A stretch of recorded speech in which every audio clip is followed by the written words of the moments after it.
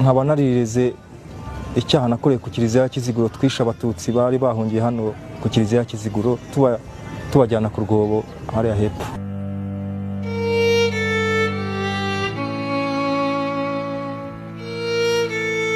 Impamvu twagiye muri ubwo bwicanyi twabushowemo na leta yari iriho, twabushyizwemo n'abayobozi,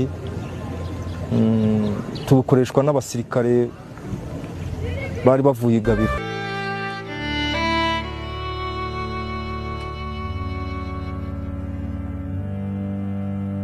Abatutsi bo ku Kiliziya ya Kiziguro bishwe ku itariki ya 11. Tumaze kubica twakuriye imirambo tuyijyana ku cyobo, ndetse harimo n'abo twajyanaga ari bazima bakurura bene wabo, tukabajyana nabo bagapfira ku rwobo, kuko hari n'abandi bari bashinzwe kubica.